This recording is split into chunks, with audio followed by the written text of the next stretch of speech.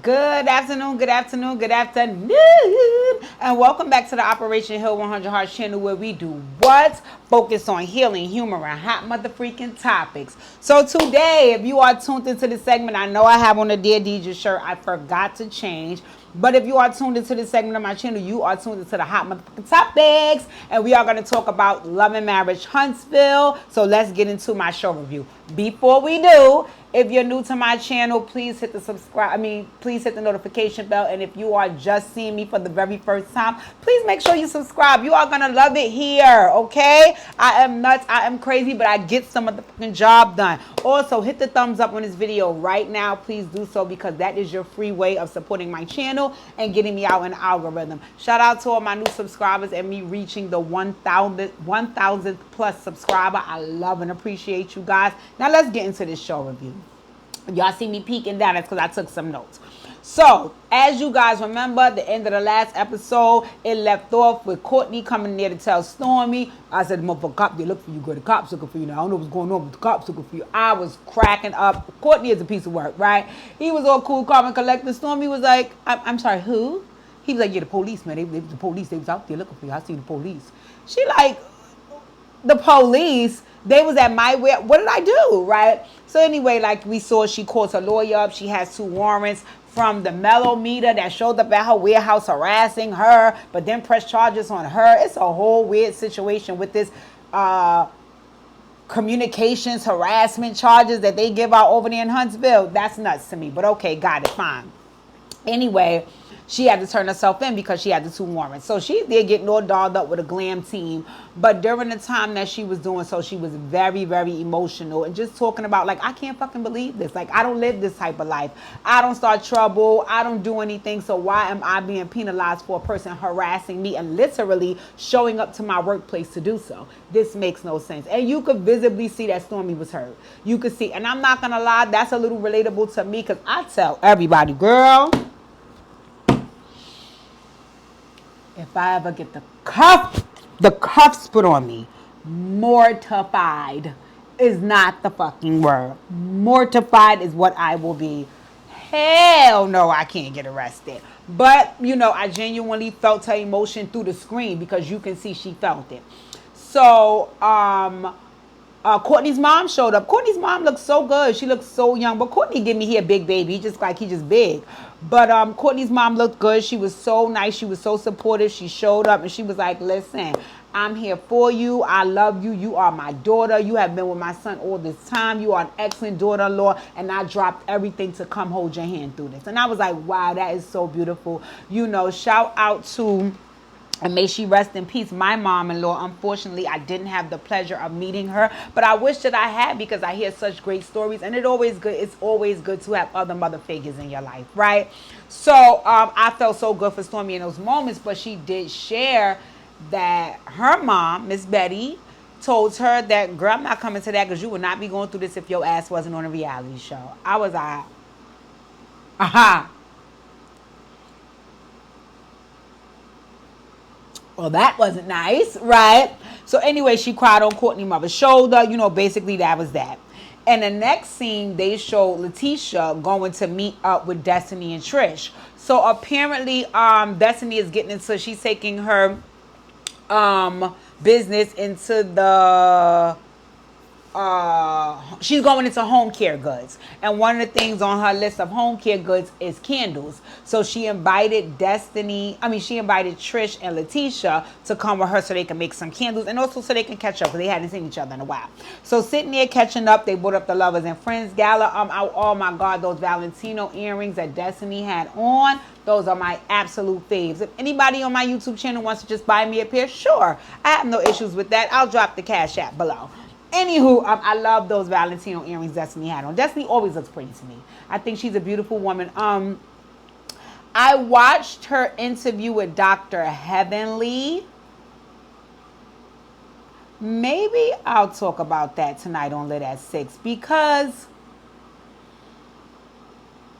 I love Destiny, but we'll talk about that later. Anywho, they started talking about the Lovers and Friends Gala, and they was Destiny basically shared, like, you know, Moses and Sonny was there. Sonny pulled me to the side. I didn't want to see that hoe. She wanted to discuss what happened, what was said, what was going on, and if I had anything on my motherfucking chest, I needed to get it off. And I'm just looking at this hoe like, girl, get up out my face, because really and truly, you is not my motherfucking focus. My focus is this nigga, because this who I knew a long motherfucking time. This who played in my face. This is who was being spiteful, and this is who the fuck hurt me. Ho, I ain't got you to think about. And really and truly, I know if I wasn't as hurt and I wasn't being so mean to this nigga, I could have this nigga back if need be. Okay? That's basically what Destiny said. I ain't gonna disagree.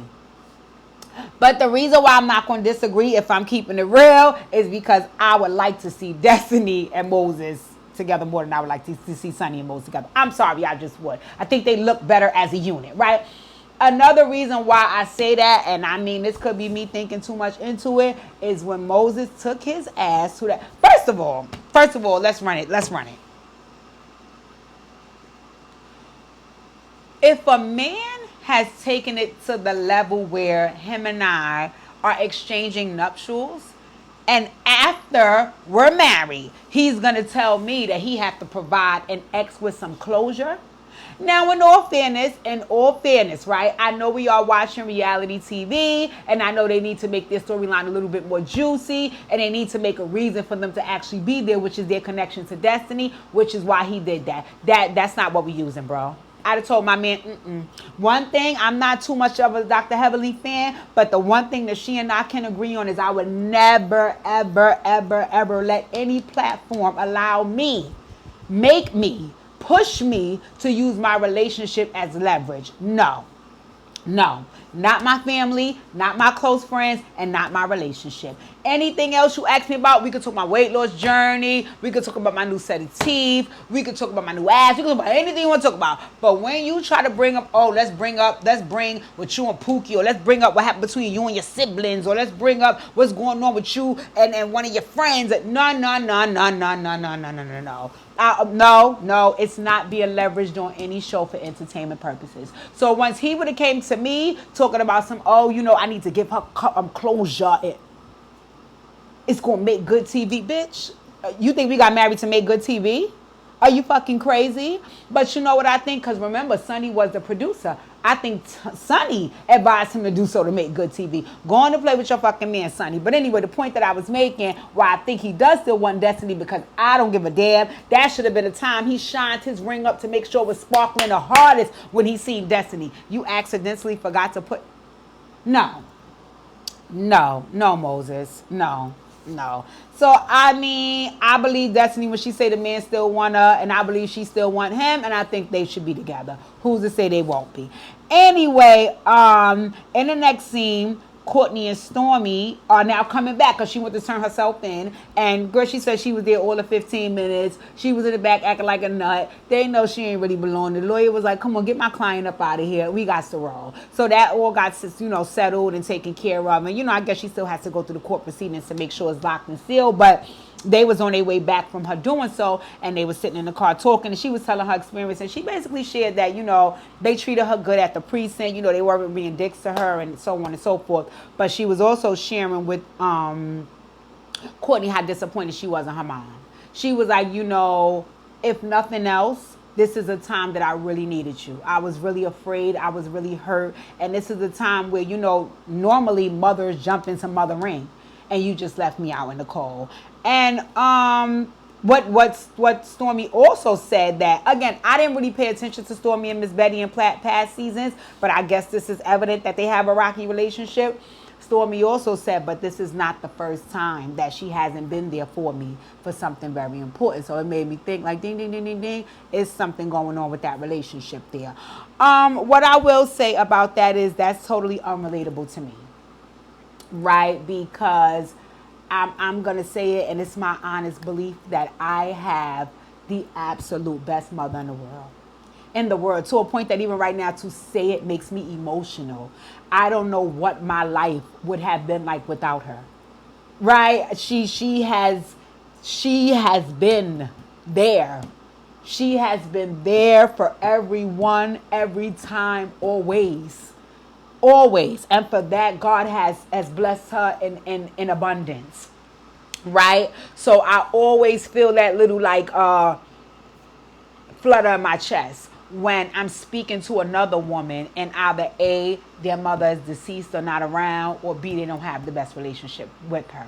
Because it's actually one of the best gifts that God could have ever given me, if I'm being honest, is my mother. I love you, Miss Penny, with all my heart, right? So, in any event, that was that, right? Her and Courtney in the car, they basically went on home.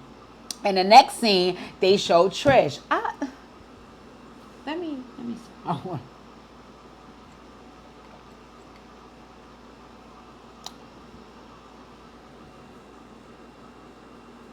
you know what? You ever meet a person, right? You ever met a person that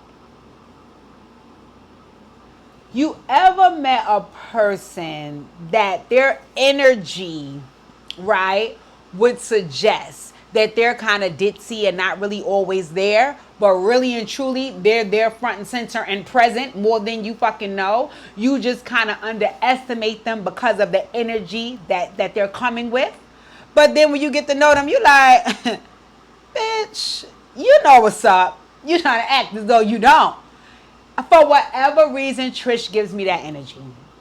Trish gives me that energy through the screen. Her character on this show, I don't know if that's her in real life, it gives me that energy. She gives me the whole like, no, I guess, who knows? When really and truly, bitch, you guess, you mean, and you motherfucking know. That's what I get. I'm sorry, I'll keep watching, but that's the energy I get. Anyway, they show her, and initially, when they show her, they show she was having a conversation with her 2 kids. I didn't know she had 2 kids. I only knew about the daughter, but she has a big, huge son, and from her her current marriage, because she's still fucking married to the man. And basically, she was asking them what did they feel about Ken, her new boo. Like, they like him, what was going on. Her kids was like, yeah, we really like him. You're much better when you're around him. He's a nice guy to us. We want to see that push forward, boom, boom, boom. So seeing as though she got her kids' approval, her whole point was now I can start to share with the rest of my family. And also because Ken is kind of fake applying pressure. Like, bitch, what the fuck are you going to do? Because I'm here for a good time and not a long time. And she's like, once again, trying to act like, well, really and truly, bitch, you was not going to make a motherfucking move until this man said something, okay? But anywho, she calls her sister over, right? And her sister name's Ebony.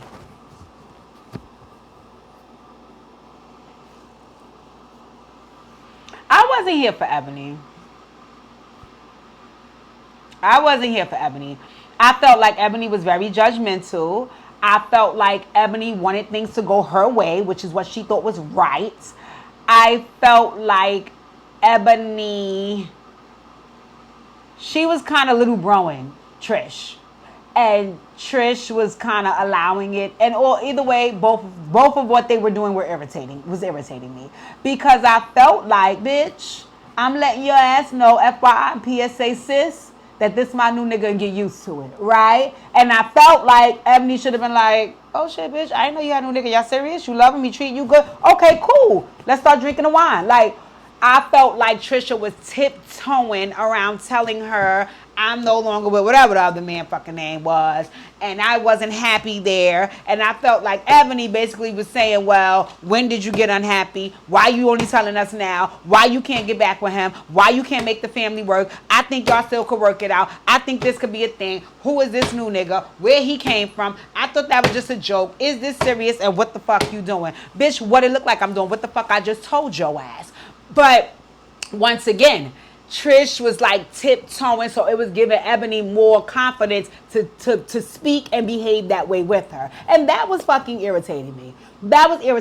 You have to let folks do what makes them happy. If this girl is saying she left her fucking marriage and got with this new big cock diesel pop looking motherfucker and he is making her happy, then be happy for your fucking sister. Not try to make her believe what you think is right is what should make her happy. It's not. Because if it was, y'all wouldn't be even having this fucking conversation. So, girl, I was over Ebony, and Trish was getting on my nerves, how she was allowing Ebony to do all this bullshit, so they was getting on my nerves. Another fucking thing is, I honestly believe in my heart of hearts that Trish is like this regarding the whole situation, because they don't really want to do nothing. I think she liked the idea of Ken.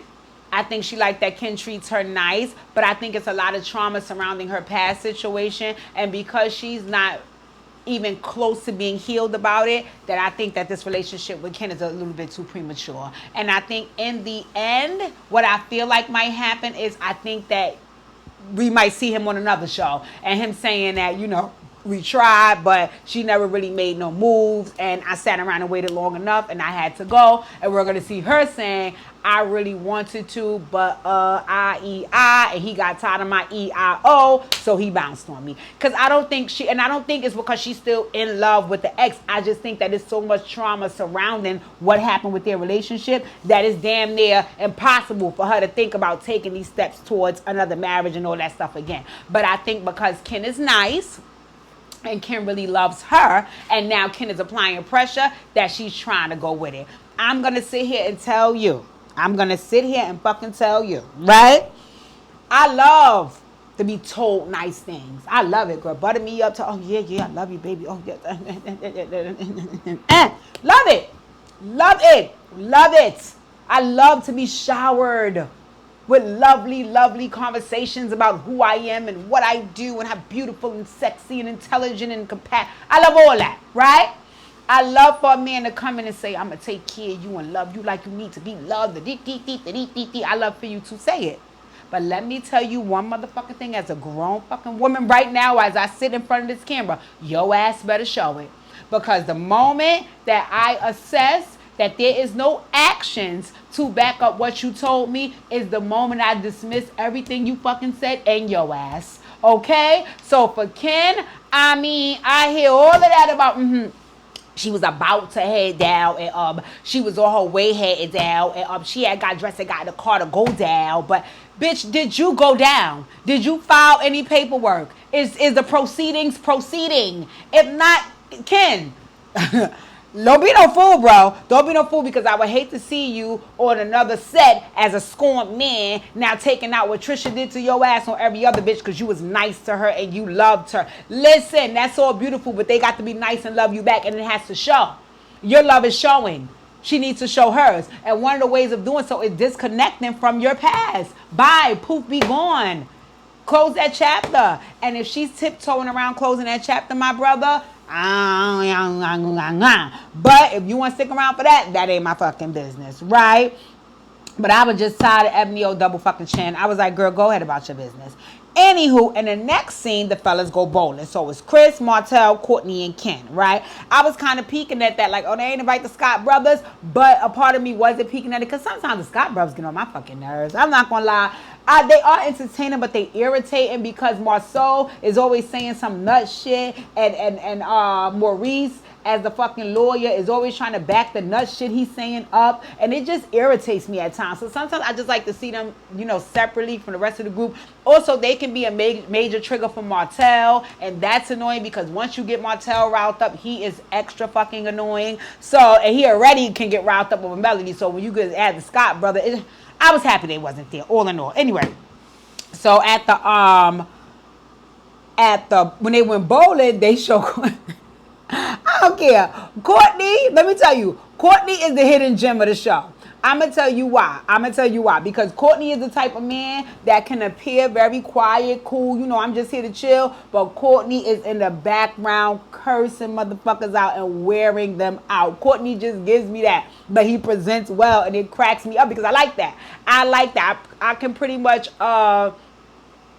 I can liken Pookie's personality to that. Pookie is very even keel. Pookie is very cool, calm, and collective. And for the most part, if you in his presence, if he don't know you, he's relatively quiet. Child, you would think he don't know what's going on. Me and that fucking man get home. He be like, let me tell you another motherfucking thing about these hoes. I'm like, oh shit, I ain't know you seen all that. Yeah, I seen all that, but I was just chilling. Courtney gives me that. So in his confessional, they was like, okay, I guess maybe the producer, I don't know if he said something about why you ain't talking about what's going on with Stormy. He was like, that ain't none of their motherfucking business. They'll see it when it all come out and all of the show and all that, but I bring that shit up here, but they ain't their fucking business. I was cracking up. That's right, Courtney. It ain't their fucking business. We ain't giving nothing to gossip about your fucking $1 million woman. That's right, Courtney, right? So anyway, they was there talking, doing the bowl, and they was like, whatever, who the loser is, they got to buy the food, blah, blah, blah. Then they brought up the lovers and friends gala. And this irritated me because I knew in bringing this up, Ken was going to do what I didn't want him to do. And he said he was going to do last episode that irritated me, which was approach Martell, but Martell acting like he didn't know Trisha. Ken.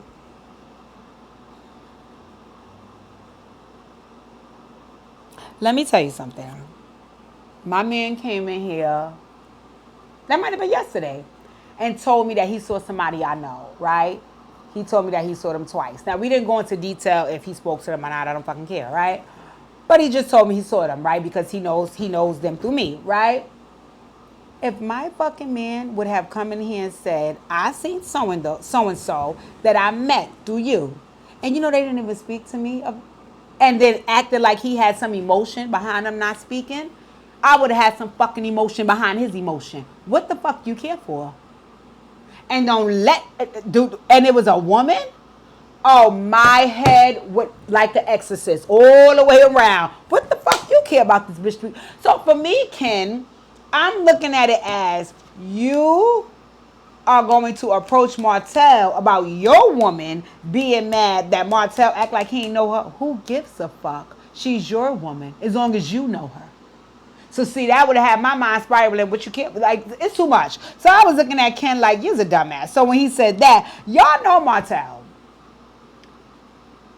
Martell knows that one of his gifts is that he is aesthetically pleasing, right? He's not a bad looking guy. He has a nice body for the most part. And he has a quality that women respond to, right? So therefore, certain women will be attracted to him, want to date him just because of who he is and the way he looks, right?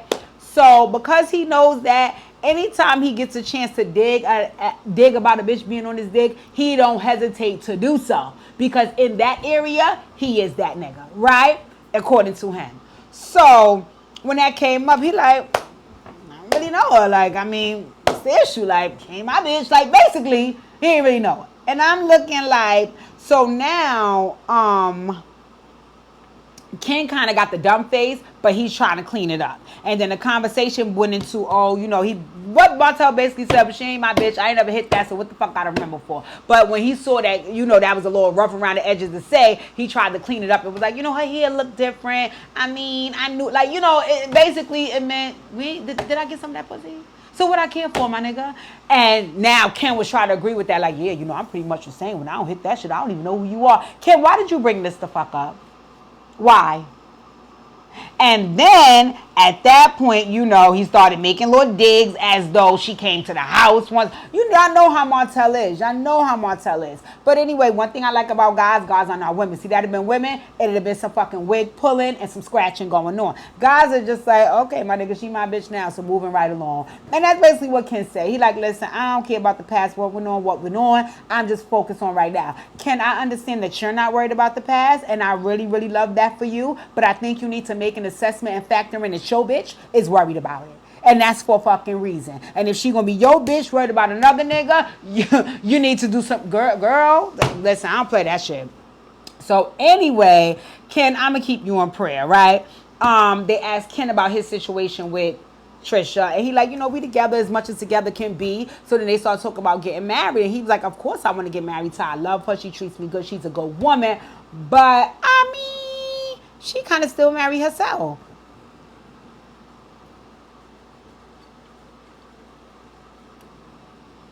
So the guys was like, ooh, okay. So they tried making jokes, and they like, oh, you the side dude, they cracking up, laughing, whatever the case may be.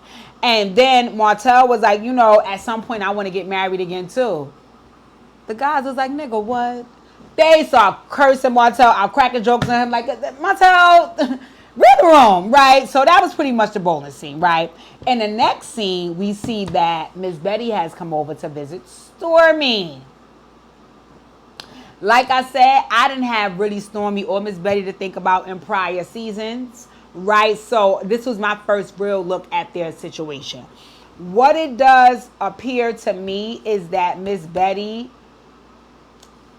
you have those type of moms, right? You have those type of moms where they are very rough around the edges, right? So if you are a young person looking for like, that everything's gonna be all right, you're my baby. It's kind of rare that you get it from that type of mother, because their way of showing that you're their baby is still being tough and rough, right?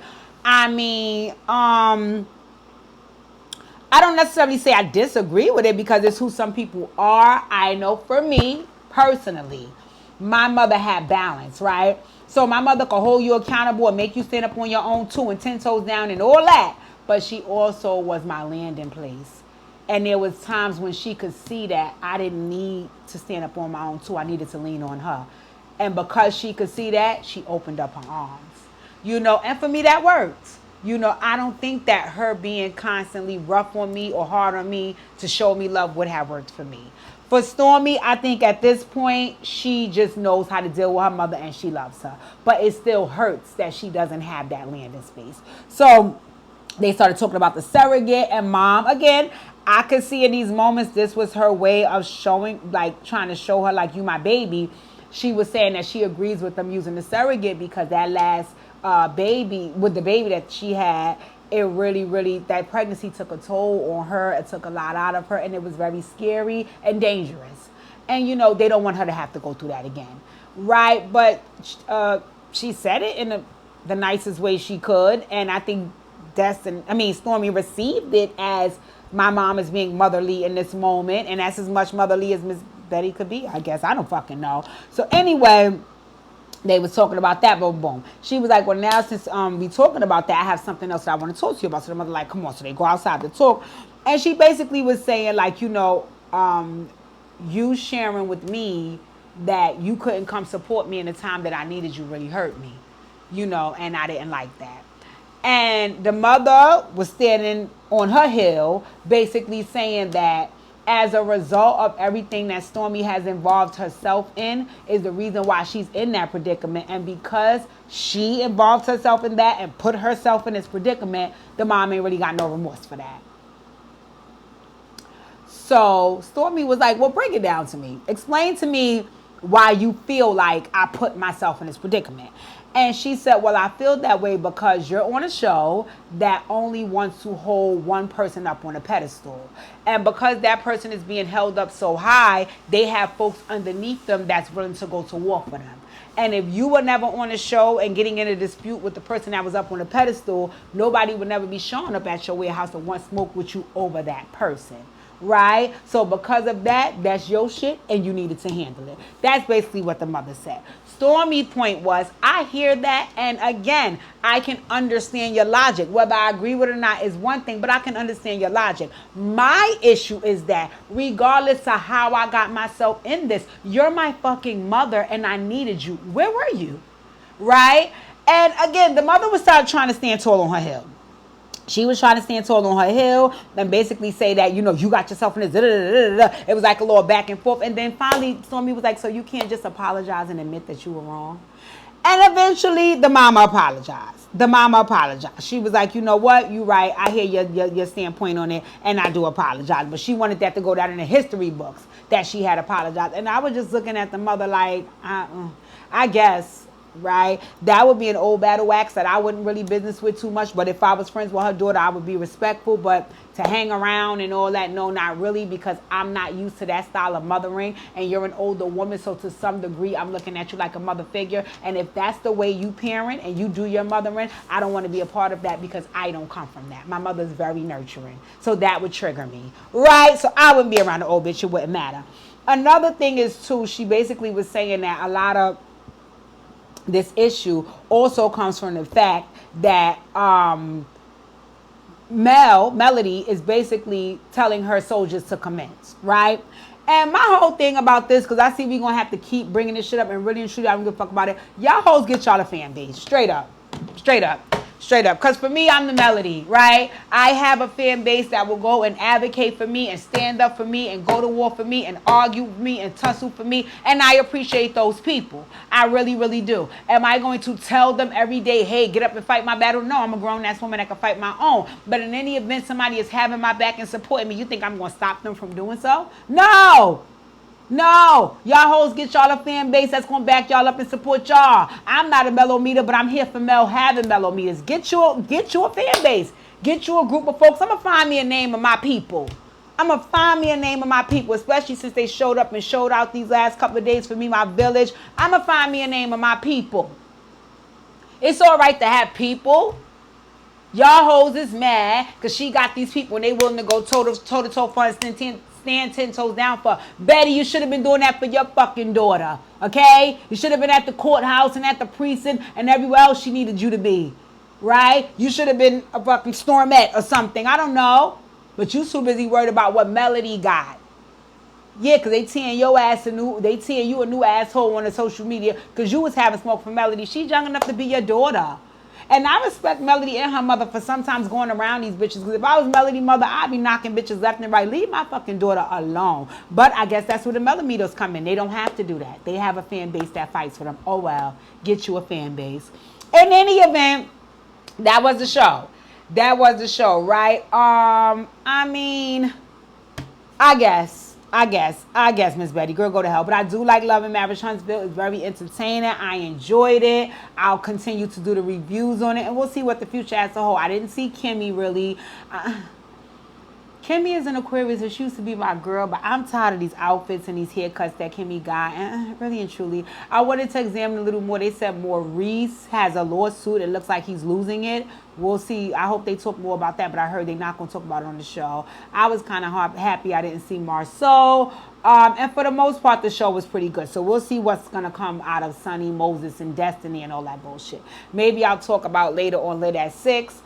Destiny on interviewing with Dr. Heavenly. In any event, to all my new subscribers, I love you and thank you for coming here. Everybody hit the notification bell so you can get all my videos when they drop at 6 p.m. I will be doing Lit at 6. Make sure you here. Make sure you're ready to talk because we got some issues to discuss, especially the BET Awards. Make sure you hit the thumbs up on this video. Please, please, please, please, please. That's how you get my video out in the algorithm for free. And I appreciate all the support. Drop down in the comment section and let me know what you think of my review. Mwah. Did it stop?